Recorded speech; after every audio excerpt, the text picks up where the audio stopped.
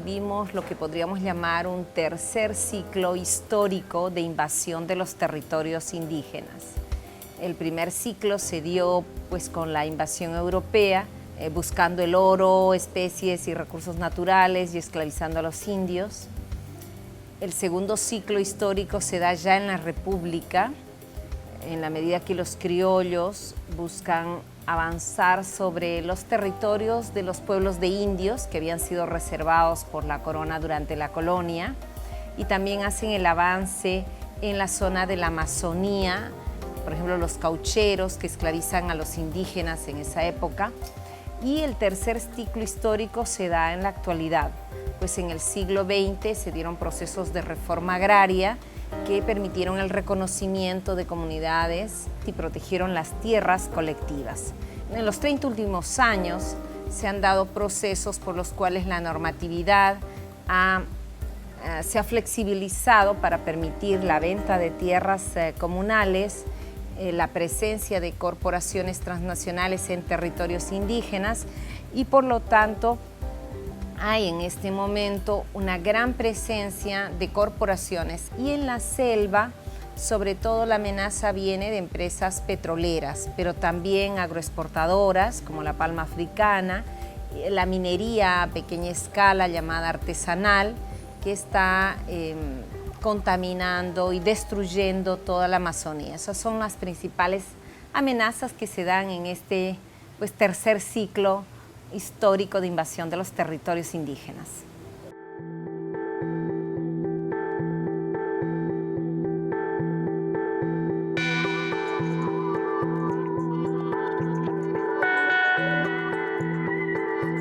En América Latina se encuentra la mitad de los bosques tropicales del mundo y una cuarta parte son territorios ancestrales de comunidades y pueblos indígenas que han contribuido por siglos a su conservación.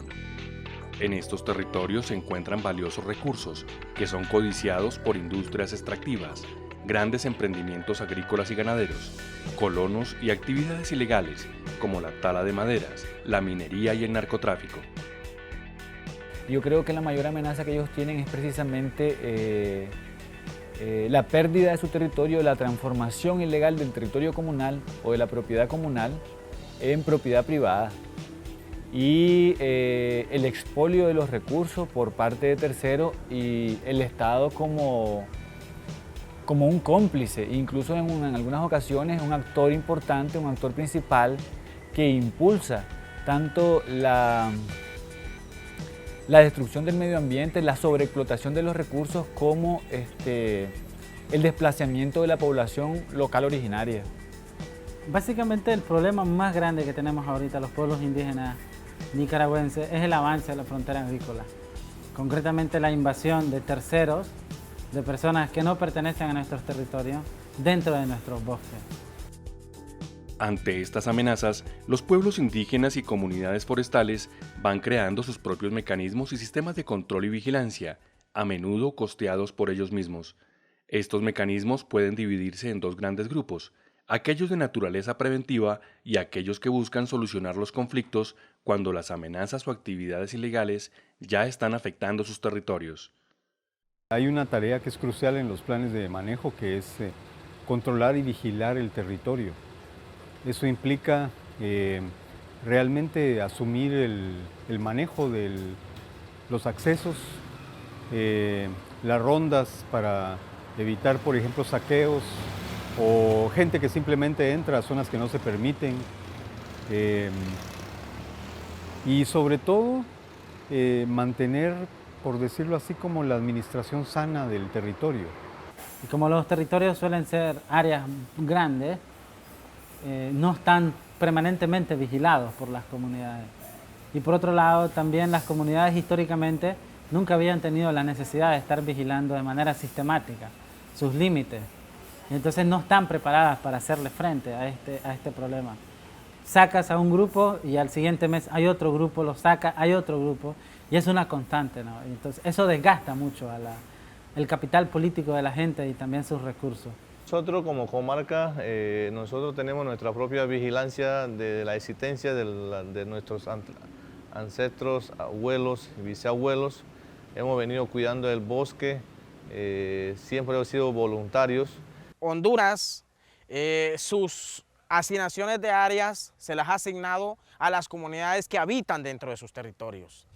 Esa es una gran ventaja porque no pagamos a alguien por vigilar.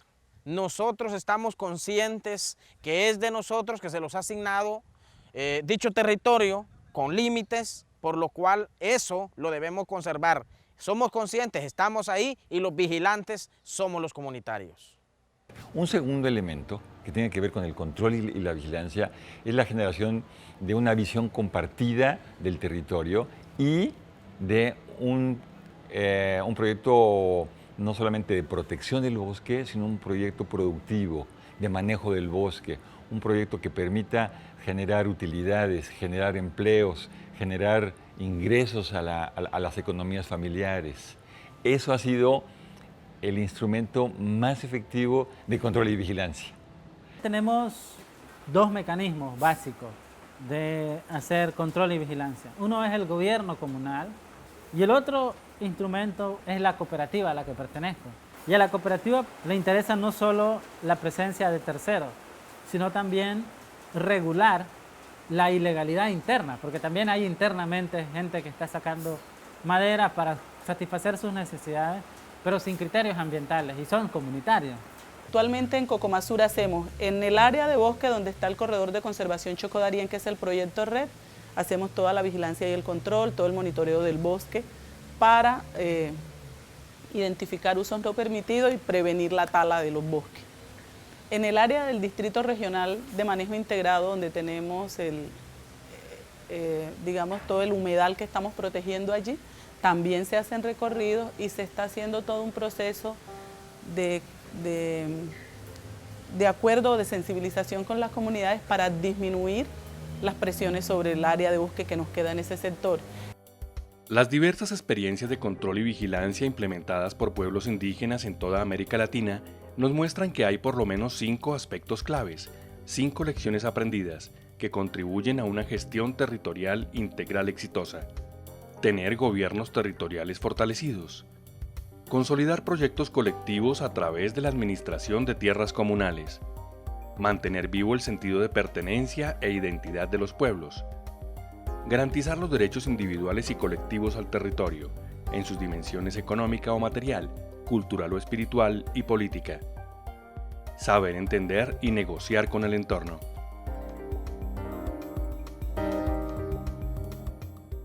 Entonces yo creo que lo fuerte es trabajar realmente en la apropiación del territorio, en el conocimiento sobre el territorio. Nosotros por eso creemos que las caminatas de reconocimiento de territorio que hacemos en Cocomasur desde hace muchos años ha sido la base fundamental, porque todos empezamos a conocer nuestro territorio. Y yo lo que conozco lo quiero, lo que conozco cuido. Si queremos controlar y proteger el bosque, hay que aprovecharlo. Pero hay una tendencia muy fuerte que está planteando todo lo contrario. Se protege el bosque mediante programas del no uso. Entonces, sí habría que tener como mucha claridad de parte de la comunidad qué es lo que se quiere.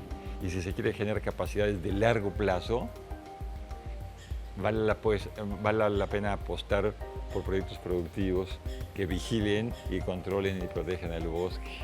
Las operaciones forestales y las operaciones extractivas sostenibles llevan a la gente a su trabajo a las áreas. O sea, la gente entra a trabajar a las áreas. Esa presencia es el mejor control y vigilancia. Hay toda una serie de esfuerzos que se buscan hacer frente al Estado para que primero reconozca este trabajo que hacen las comunidades de proteger y manejar los bosques y segundo que apoye activamente en los recursos necesarios para la vigilancia. Entonces las comunidades hacen toda una serie de jornadas y de campañas también, no solo de vigilancia, pero incluso también de promoción ciudadana en los territorios para evitar que se depreden sus bosques, ¿no? Lo fuerte yo creo que es la organización comunitaria. O sea, la estrategia se puede llamar red de RMI, santuario, la estrategia se puede llamar como quiera, pero si no existe una base comunitaria sólida no funciona. Un elemento importantísimo es la integración de las distintas generaciones y eso es algo en lo que nosotros como UTSCHE creo que estamos haciendo un buen trabajo, en el que el trabajo de los jóvenes en cuestiones tanto de vigilancia territorial y de los bosques, como en otros aspectos del desarrollo y de la organización comunitaria, como lo productivo, como la comunicación, como la concienciación ambiental, es clave. No solo porque se integran generaciones, pero porque se integran distintas capacidades y distintos conocimientos y distintas perspectivas incluso de la vida. Si bien existen avances a nivel internacional en el reconocimiento de los derechos de los pueblos indígenas, aún persisten barreras en la garantía de sus derechos y contradicciones de los estados en su obligación de asegurar la conservación de los ecosistemas, garantizar plenamente los derechos de los pueblos indígenas y regular la actividad de las industrias extractivas. Por ello, el litigio estratégico se ha constituido en un valioso mecanismo para recuperar el control de los territorios, haciendo uso de herramientas y estrategias jurídicas, haciendo incidencia política y alianzas, teniendo estrategias de comunicación y educación desde y hacia las comunidades e implementando acciones de prevención frente a amenazas o riesgos, y el reconocimiento de los pueblos con su propia identidad histórica. En primer lugar, autoidentificarse como lo que son, reencontrar sus raíces, porque está en su identidad y en sus raíces la mejor defensa de su territorio. El hecho de autoidentificarse como pueblos originarios les permite no solo mirar hacia atrás, sino mirar hacia adelante. Yo siento de que cuando vos le das educación a la gente, los capacitás y los empoderás en sus derechos, la gente pues adquiere una dignidad y una actitud que les permite con mayor fluidez, con mayor seguridad y con conocimiento de sus derechos empoderados, reivindicarlo. Aquí tal vez la recomendación es hacer valer los derechos, ¿verdad? Documentarse, informarse, tocar puertas, ¿verdad? Y buscar instancias amigas que colaboren en este proyecto. En general, los sistemas de control y vigilancia territorial que han sido implementados por las comunidades surgen a partir de sus propias prácticas y tradiciones. Hoy en día, sin embargo, la existencia de nuevas tecnologías les permite contar con nuevas herramientas para ese control, abriendo un nuevo debate. Tiene muchísimo sentido hablar de estrategia o de uso de tecnología de punta para hacer control y vigilancia, siempre pensando en contribuir a los objetivos que las comunidades tienen. Debe tomarse como base es el conocimiento de los habitantes, ese conocimiento ancestral que ha prevalecido durante muchos años. Sí, porque esa es la razón de la existencia hoy en día de los territorios indígenas. Entonces, lejos de utilizar en primer momento las grandes tecnologías, en primer paso es de que nosotros como comunitarios debemos valorar ese gran conocimiento indígena que tenemos para que nos sirva de base. En la reserva comunal se está implementando un área técnico. Ahorita es un área técnico que están capacitando a dos técnicos, o sea, dos profesionales en el manejo de drones.